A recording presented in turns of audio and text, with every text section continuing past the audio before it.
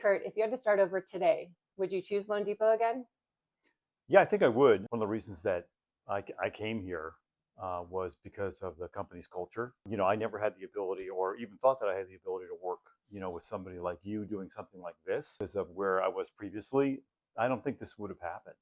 The other reason is Loan Depot's presence in the market in Southern California and Orange County, right? Huge presence, For sure. huge presence.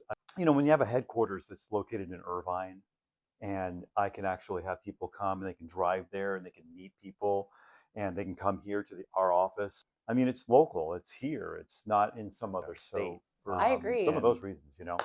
I agree. We have a beautiful office.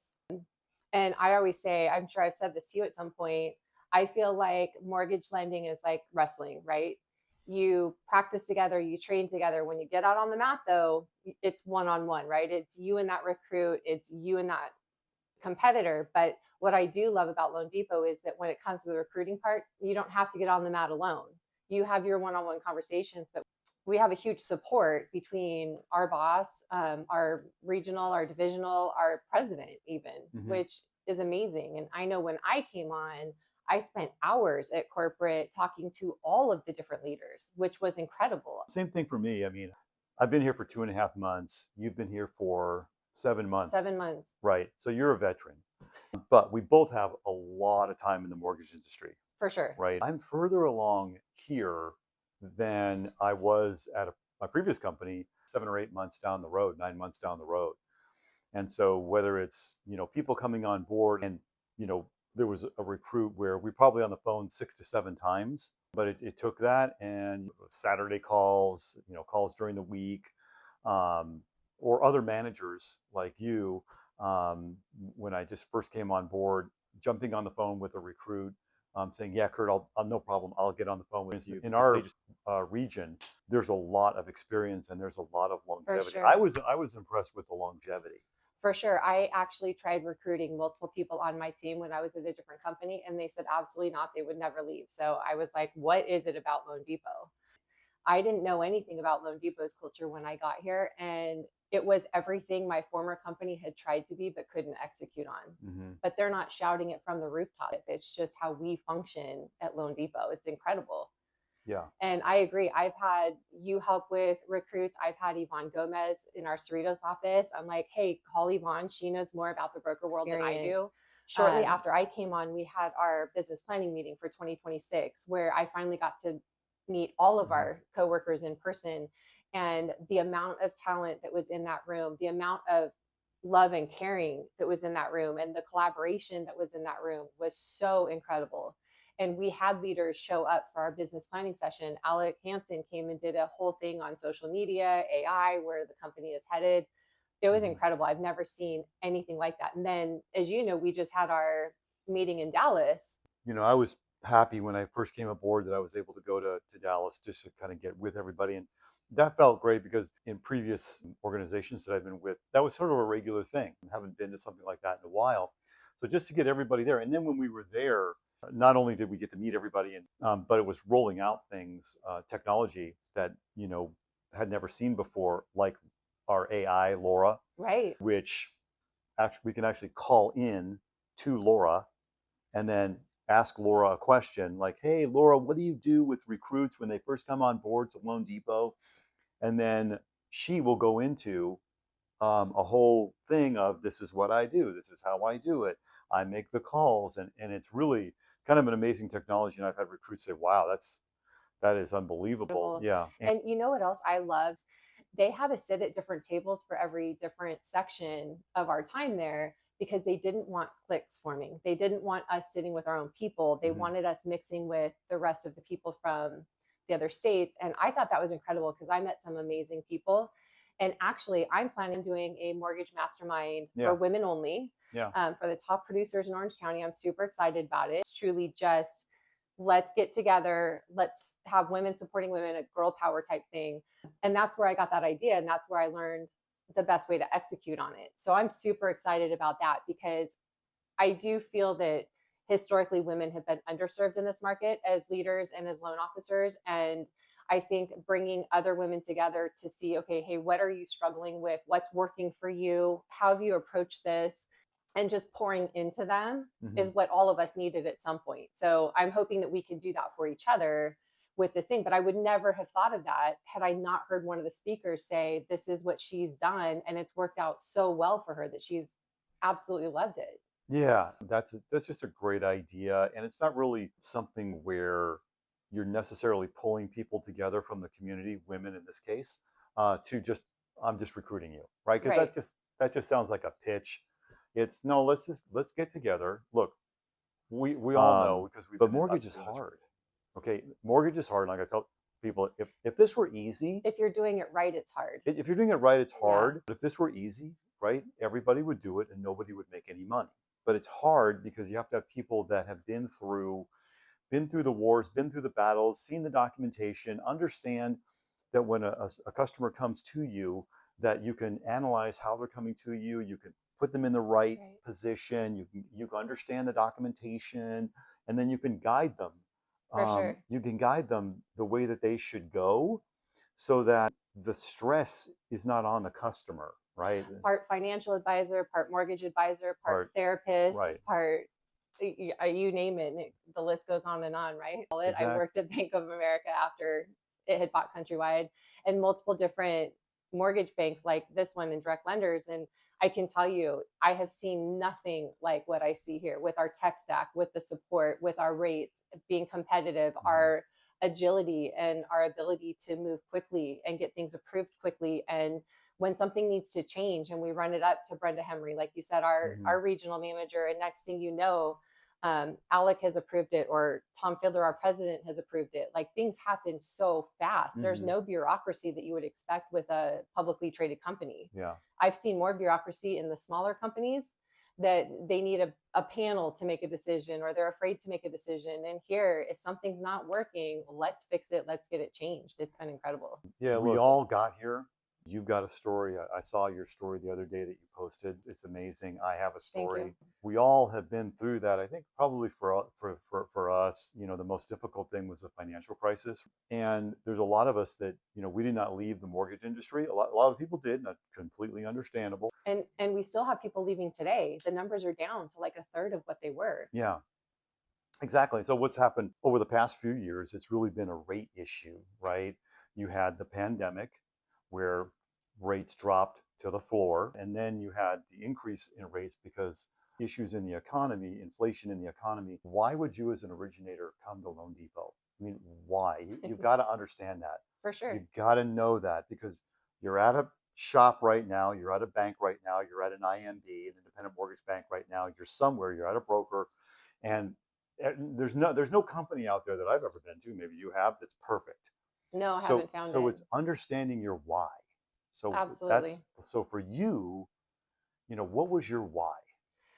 It's a great question. I had been at a company for a few years, and my management team left and ended up following them. Typically, because I may be a little bit of a control freak, I do a ton of research on the companies I'm going to work for. And I didn't do that. I didn't have the opportunity to do that. And I think the challenge with most other lenders, with all lenders, is that they don't know what they don't know, right? Mm-hmm. So you can ask all the right questions, you can present all the right scenarios, and they think that they're amazing, right? They think they have great underwriting, they think they're flexible, they think they can do all those things. And the really unfortunate part for us, and why I think we see more movement in our industry than most industries do, is because the proof is in the pudding. You don't know what you're actually getting until you get there and you put a couple deals through. And it's not the first one, it's not the second one, because they roll out the red carpet for those, right? Everybody wants to show their best foot forward when you start. When you get a couple months in and you're putting in deals regularly and you start hitting the same roadblock after roadblock after roadblock, you have to realize this isn't going to change. They just don't have the ability. They don't have the capacity to do what we need to do. And you said it, this is not easy. If what we did was easy, AI would take over, right? No. You would be able to submit application, hit the button, and get an approval. And we've seen commercials for that, right? It doesn't work. That input is only as good as the information you put in. So 9 out of 10 times, I would argue that if you push button, get approval, the information is incorrect. So my ultimate why, my always why, is my family and my kids. How do I provide for them the lifestyle that I want to provide? And the answer is you have to be able to fund loans. And then my other why is I am super passionate about being able to help our borrowers. I love doing huge loans. Who doesn't, right? But I really love watching a single mom or a young family or a veteran get into their first home, or to be able to save them money so that now they can get that car that they needed. They can afford daycare now. They can breathe, whatever that is. So although my background is in wealth management, I love doing the big loans. I love doing the complex loans. Those are like, get me super excited. My passion is in helping the underserved. And I think that's why coming here was so easy, because they get that here. Our underwriting manager is amazing. I run scenarios past her and I'm like, hey, it doesn't fit in the box because, and she's like, let's find a new box, or let's just tweak the box a little bit and see how we can get them to fit, because this is a good loan. And I love nothing more than hearing an underwriting manager say, this is a good loan, we'll find a way. Okay. So you were at an independent mortgage bank before you came here, and then you felt or saw that things were not going in the right direction. Oh, they were not only not going in the right direction, they had turned to go into the wrong direction. Basic deals were a battle. I feel like they were just afraid to make a decision. They were afraid to follow the actual guidelines. They were afraid to follow the AUS, which is scary, right? And then anytime there was a question or a pushback on something, it was 2 and 3 days to get an answer. And then it wasn't a good answer. It was answers that I've never gotten anywhere else, and deals that should never have gone the way they did. And it's impossible to do business that way. You have to be able, as an originator, to say, I'm issuing you this pre-approval and it's going to be a smooth process, and believe that and back it up. Yeah. Right? I had faith in myself. I completely lost faith in my process there. And it was there, because as soon as I got back over here, smooth as butter. Like, you've originated a lot of loans here. You've originated quite a few loans, right? I have. And some complicated ones. Yeah. And, we're both managers, and, we both have a lot on our plate. Absolutely. Right? And so when you came over here and you started to, put loans in, you've got to have confidence that when you're putting that loan in, the way that you structured it and the way that you understand guidelines, that you're going to get that results, because your client and the realtor, right, have to know that you've got it. For sure. There can't be a question as to whether or not you're going to close, unless you know that there's a question as to whether or not you're going to close, right? There's always going to be that deal. If we're not taking on risk and we're not trying to push the envelope, we're not doing anybody a favor, right? So there's always going to be that deal that you're upfront with the agent and with the borrower that says, hey, this one's going to be tricky. I think we can get it done. You're going to have to follow my instructions to a T. And we're going to need all of these things to align and fall into place. And they can, but we've got to do things methodically, and we've got to be intentional and deliberate, and you're going to have to follow my instructions. And my team has heard me say this multiple times. Loans don't die. They just go to the ICU. There is always a way, right? And ideally, there's always a way at the best possible rate and where you started. That doesn't work.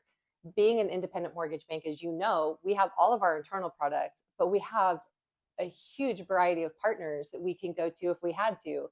And what's nice about Loan Depot, as opposed to a bank, is that if we need to switch gears, we switch gears. Yeah. There's so many different boxes. There's so many different options. If you're at a bank and you need to switch gears, you're starting over from scratch. You're finding a new bank. You're finding a new lender. Here, we're just saying, okay, that didn't work because something came up that was not anticipated, like somebody lost their job, or their money that they were expecting from their federal returns didn't come through, or something happened, right? And so we're like, okay, no problem. We're just going to switch gears. We're going to find something with a lower down payment, something that we don't need to verify income, something that we can use alternative income, whatever the case is. From my experience here, we have had transactions where, we had to drop a borrower. So we have borrower A, borrower B, we have the primary borrower, the secondary borrower.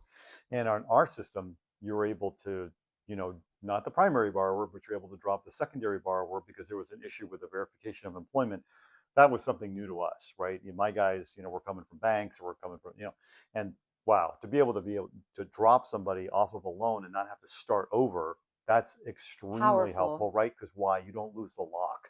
The right? lock is kept into place, and we're able to move the deal forward, And you and don't lose momentum.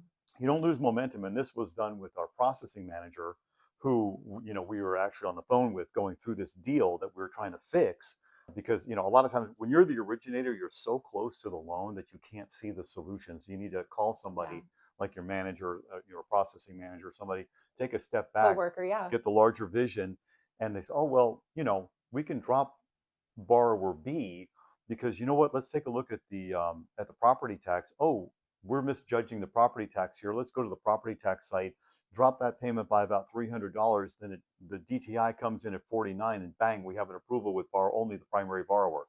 And you didn't have to escalate at multiple levels. No, You just it worked with a was processing manager who I am sure, knowing her, picked up the phone the yep, first time you called. yep. It was 15, 20 minutes on the phone, just going through the deal. So 15 or 20 minutes, and we've got a deal that was going no kind of sideways to now an approved loan without changing anything for the borrower.